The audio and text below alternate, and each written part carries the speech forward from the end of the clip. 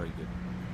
And talk to you about Cheltenham. It's 30 years now since you lifted the Southern League Championship trophy at the end of this season 30 years ago. Yeah. And you had a very eventful last game, didn't you, with the injury? And I think you dislocate your collarbone? I dislocated my shoulder, and it was a day. It was a very interesting week all round that the last week of the season with Cheltenham. I think, if I remember, we had 3, possibly 4 games in 7 days, and I come down. I've been taken ill at the start of the week, and I was laid up in bed, and I made myself available for the last game against Overchurch, and we needed to win. And the manager at the time, John Murphy, said, "Look," he said, I want you to play." So I went and I played, and unfortunately I picked up and fell awkwardly on my shoulder and dislocated it. I quickly got in a taxi to the hospital, got the doctors there, put my shoulder back into place.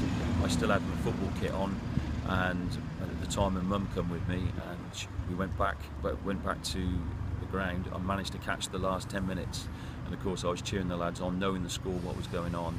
And then I'm glad to say that we managed to get through and beat Overchurch on the day, and we had a really, really eventful evening. A lot of you are still in contact, aren't you, from that team, and because you achieved something special together, I think that's a special sort of bond there between you as a group. Definitely. I'm in contact with a lot of the players from that time 30 years ago, and I didn't realise it was 30 years until you just mentioned it.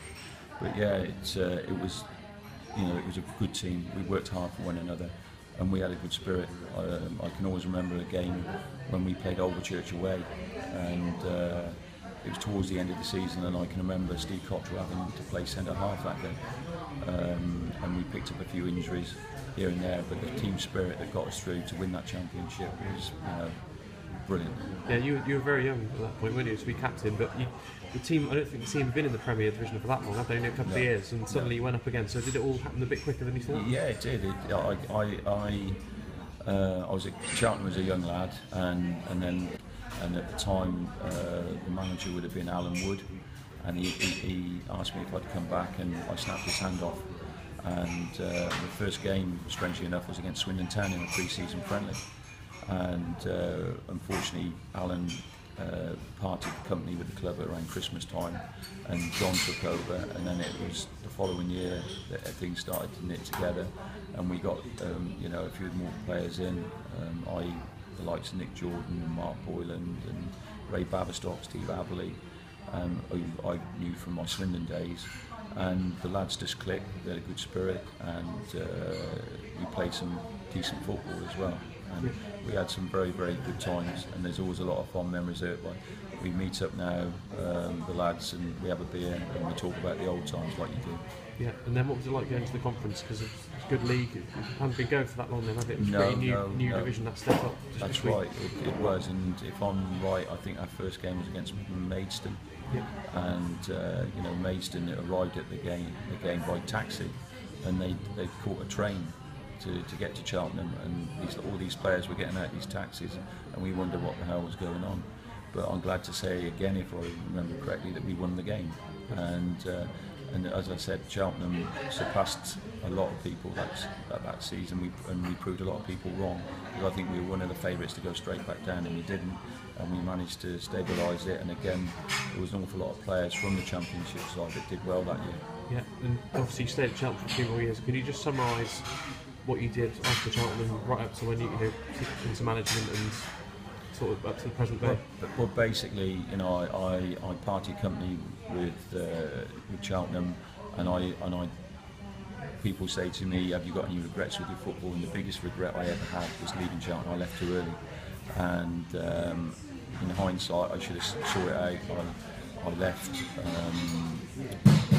Cheltenham, I can remember Cheltenham playing Kidderminster in the FA Trophy in the quarter-final, and I played in that, and I did a silly thing. It was the first time I'd been subbed with a few minutes to go, and I got a bit of a tanty, and I took the shirt off. Never did that before in my career, because I was so geared up to beating Kidderminster that day, but unfortunately we lost 3-2, if I remember. And it was a hell of a game. There was, 3,500, 4,000 people at Bottom Road that day. And I went at Gloucester, and a friend of mine, Steve Scout, was in charge of Gloucester, and he caught me at a low point, and he talked me into going to Gloucester, and which was something I regretted.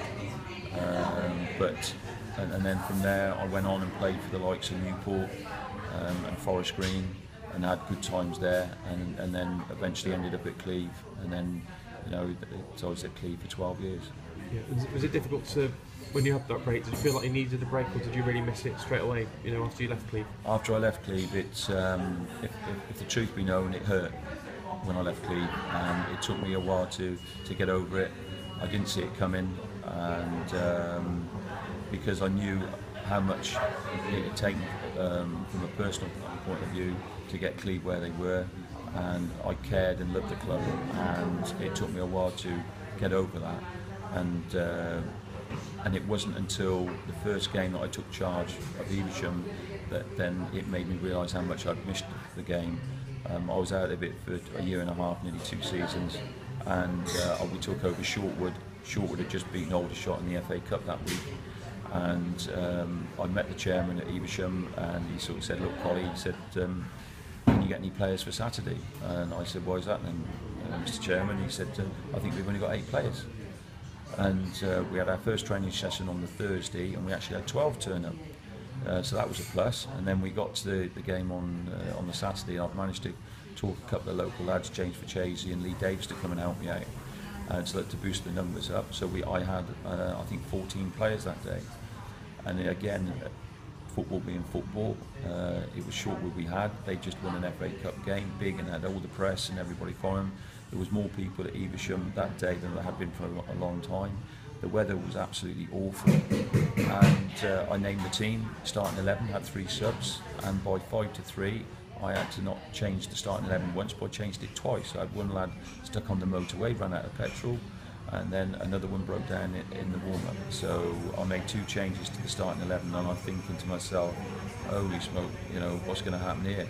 And football being football, we pulled out a surprise. We beat Shortwood 2-1 on the day, and then I went in the changing room after the game, and then that's when I realised how much I missed football. Winning is the name of the game, and the atmosphere in the changing room was terrific, and that's what I want to see more of at Evesham this year. Yeah, and one of those players that we mentioned at Cheltenham, Mark Boylan, is working with you at Evesham now, isn't he? Yeah, Boylo rung me up to wish me all the best, and for the Evesham job, and then Boylo being Boylo, he texted me, "Manager, give me a ring." And so I left it a day or two, and I rung him up and I said, "Come on then, do you fancy it?" And so he took me, he come over, I said, "Come on, drive to Evesham and see how long it takes you and what you think." He came over, he fell in love with the place, and hey presto, we're together, and long may it continue. Yeah, and is he particularly useful with the front players? He's a decent striker himself, wasn't he? Boylo brings a lot to the team. He's a great character. He was a very, very good footballer, probably one of the best footballers that has been at Cheltenham, and he should have gone on and played in the league.